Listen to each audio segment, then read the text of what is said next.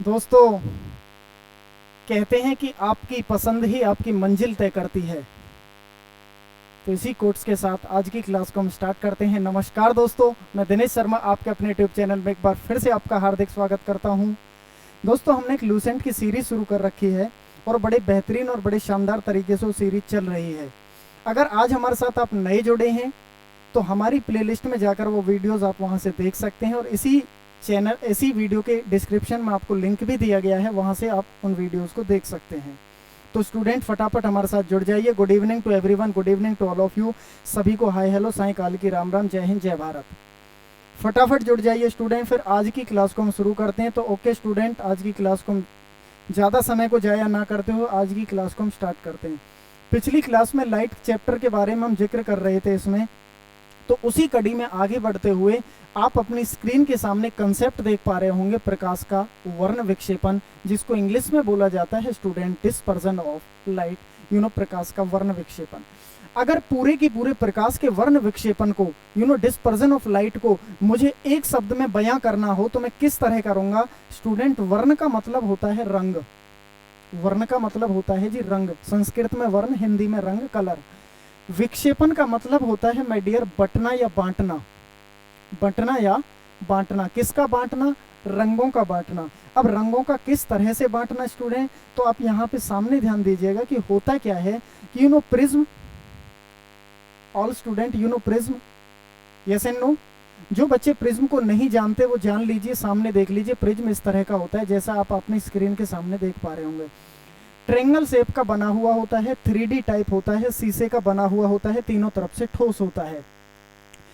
जब किसी प्रिज्म से कोई भी श्वेत प्रकाश गुजारा जाता है, कोई भी व्हाइट लाइट गुजारी जाती है, पास कराई जाती है, तो वह अपवर्तन के पश्चात 7 रंगों में विभक्त हो जाती है और 7 रंगों में बट जाती है। इन 7 रंगों की बनी पट्टी को स्पेक्ट्रम बोला जाता है। क्या बोला जाता है? स्पेक्ट्रम। और ये 7 रंग होते कौन कौन से हैं? V, I, B, Z, Y, O and R। That is called VIBGYOR. क्या? विबग्योर।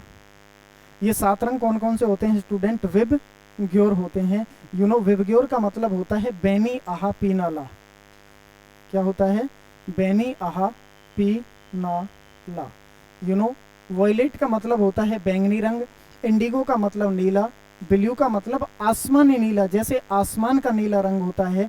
ग्रीन का मतलब हरा। येलो का मतलब पीला। ऑरेंज का मतलब नारंगी। और रेड का मतलब लाल होता है।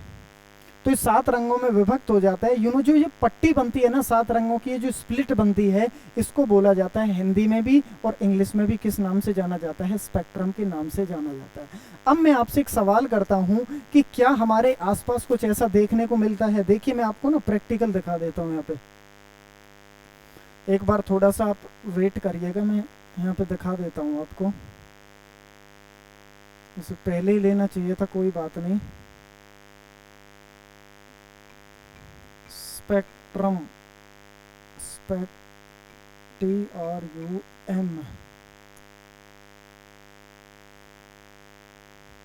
अरे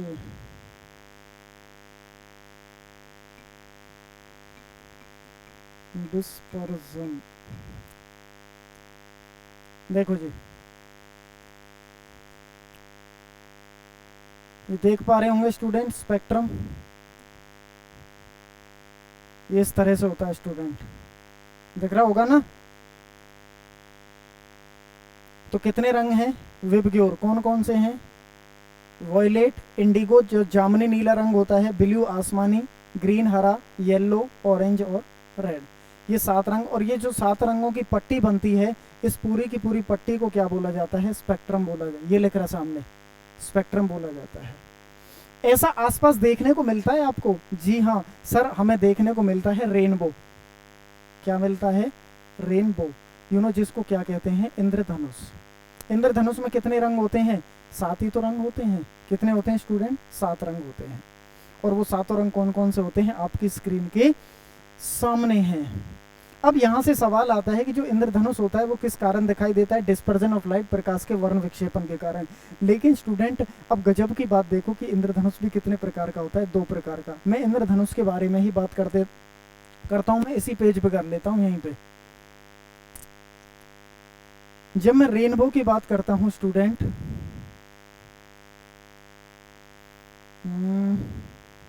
देखो भाई, मैं रेनबो की बात करता हूँ स्टूडेंट, तो रेनबो 2 प्रकार का होता है इंद्रधनुष। एक होता है प्राथमिक, जिसको प्राइमरी रेनबो कहते हैं, और एक होता है सेकेंडरी।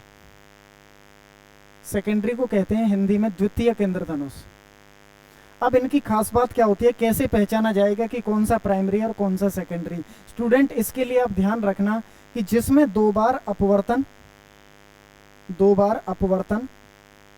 और 1 बार परावर्तन,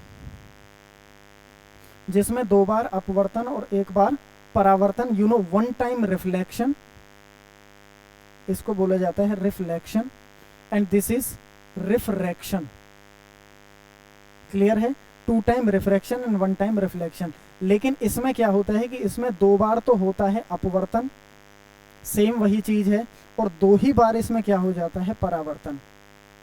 लेकिन सर ये तो इसके अंदर का मामला है, हम कैसे पहचानेंगे कि कब अपवर्तन हो रहा है, कब परावर्तन हो रहा है? तो इसके लिए एक सिंपल सा पॉइंट मैं बताऊंगा स्टूडेंट, जिसमें लाल रंग कहाँ आ जाए? ऊपर की तरफ।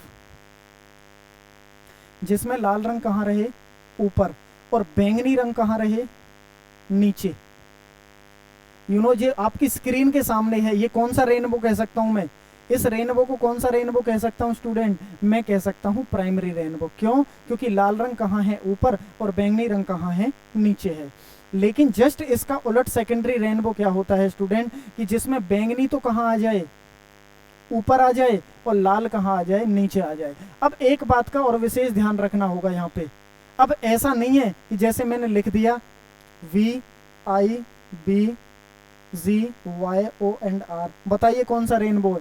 सर प्राइमरी रेनबो है। मैंने लिख दिया VIBZYO एंड R, कौन सा रेनबो? सेकेंडरी रेनबो है।